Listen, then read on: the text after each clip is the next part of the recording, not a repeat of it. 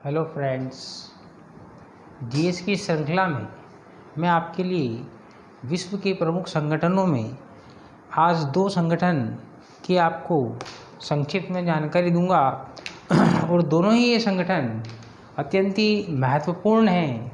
मित्रों, पिछले इसी चैप्टर के मीन्स विश्व के प्रमुख संगठनों में हमने आपको रेड क्रॉस की जानकारी दी थी कि हेनरी डुनांट ने रेड क्रॉस की स्थापना 1863 में करी थी।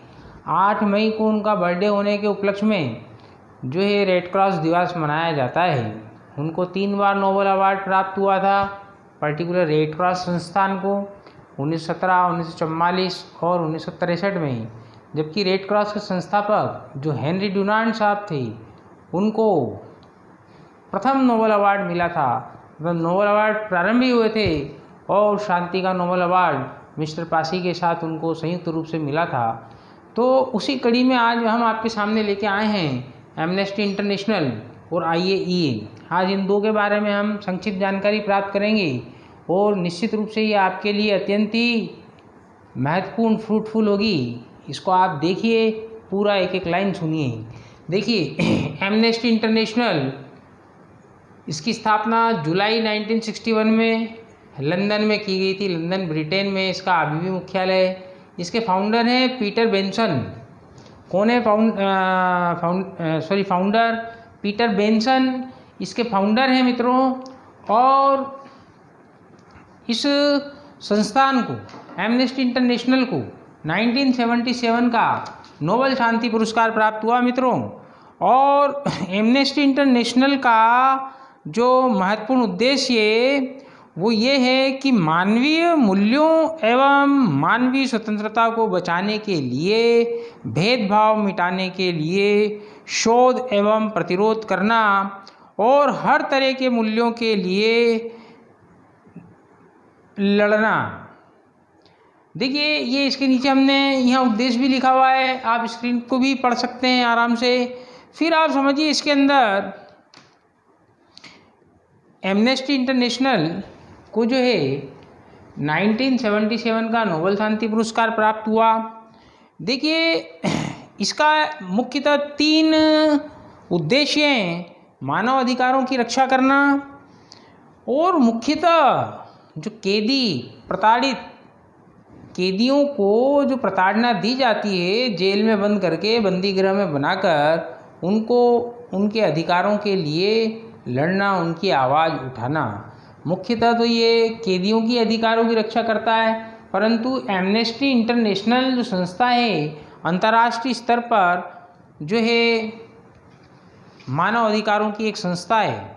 ठीक है मित्रों, ये थी आपके पास एमनेस्टी इंटरनेशनल की संक्षिप्त में जानकारी मेरे द्वारा आपको बोल के ही बताई गई और यहाँ लिखी हुई भी है। आप आराम से स्क्रीन को पढ़ सकते हैं, स्क्रीन पर देख सकते हैं। ये जो मित्रों एमनेस्टी इंटरनेशनल है, ये एक अंतर्राष्ट्रीय स्वयंसेवी संस्थान है, इंटरनेशनल NGO है। अगला आपका महत्वपूर्ण जो है IAEA, international atomic energy agency, और हिंदी में अंग्रेजी में दोनों में नाम होना याद जरूरी है। कई बार IAEA का फुल फॉर्म पूछा गया है अंग्रेजी में इंटरनेशनल एटॉमिक एनर्जी एजेंसी और हिंदी में अंतर्राष्ट्रीय परमाणु ऊर्जा अभिकरण। इसकी स्थापना मित्रों 29 जुलाई 1957 को हुई थी। 29 जुलाई 1957 को इसका मुख्यालय है कहाँ पर? वियना में। वियना मतलब ऑस्ट्रिया में। और इसको भी इसके उत्कृष्ट कार्य के लिए नोबेल शांति पुरस्कार 2005 प्राप्त हुआ।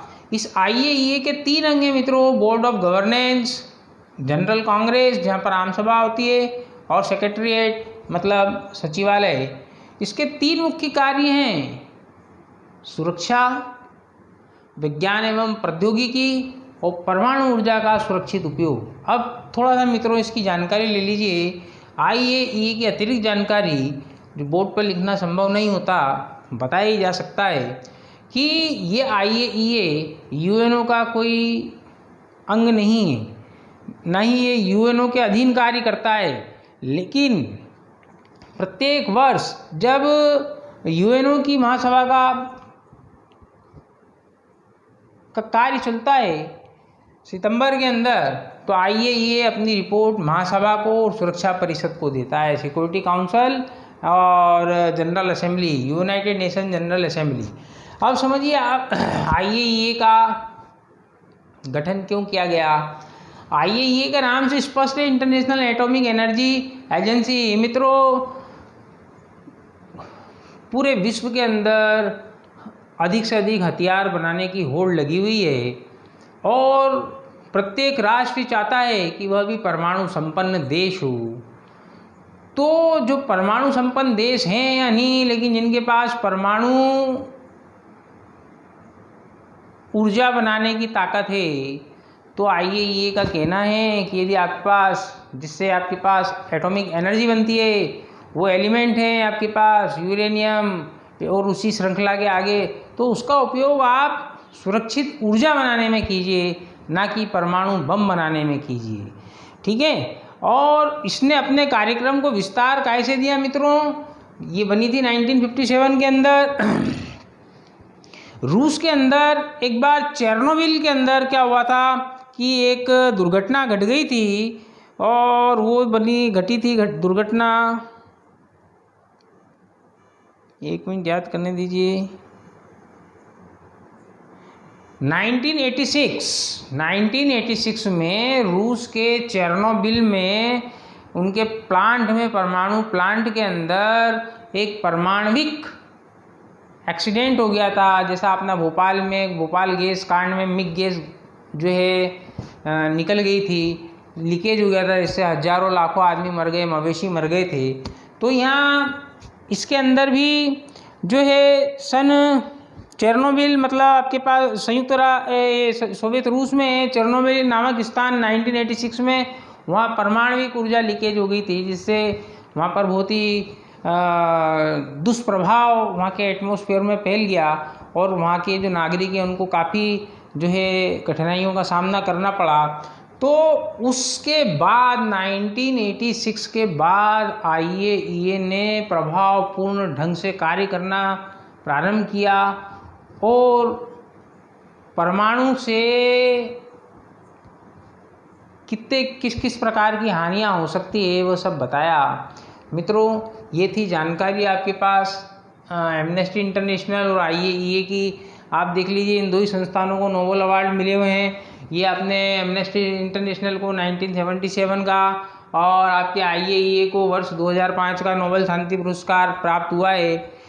कोई सी भी परीक्षा ले लो आप, कोई ना कोई सा संगठन के बारे में पूछा जाता है। अब आजकल आपके पास ऐसा नहीं हो गया कि पूछ लेंगे एमनेस्टी इंटरनेशनल का मुख्यालय लंदन में है। गए जमाने उस बात की जब आपके पास ही पूछा करते थे, अब ये अंदर से भी पूछे जाएंगे। इसलिए आपको मैंने ये जो है एक चरणबद्ध तरीके से संगठनों की मैं आपको प्रत्येक दिन जानकारी दूंगा। और इसी प्रकार IAEA को भी 2005 में पुरस्कार मिला था, नोबेल शांति का पुरस्कार, वियना में इसका मुख्यालय है। मित्रों, आप निरंतर बने रहिए, अच्छी तैयारी कीजिए। हम एग्ज़ाम ओरिएंटेड तैयारी कराने में विश्वास करते हैं। अचीवर एकेडमी में ऐसे ही पढ़ाया जाता है जो परीक्षा में आए, और चाहे कितना भी कठिन हो, कठिनाई से नहीं डरना, हार्ड वर्क करना। Okay my dear friends, channel को लाइक कीजिए, आप शेयर कीजिए और सब्सक्रिप्शन बढ़ाइए ताकि और अच्छी अच्छी जानकारी आपके मित्रों को भी प्राप्त होती रहे। धन्यवाद। Good night. Have a nice future all of my viewers. जय श्री कृष्णा जी।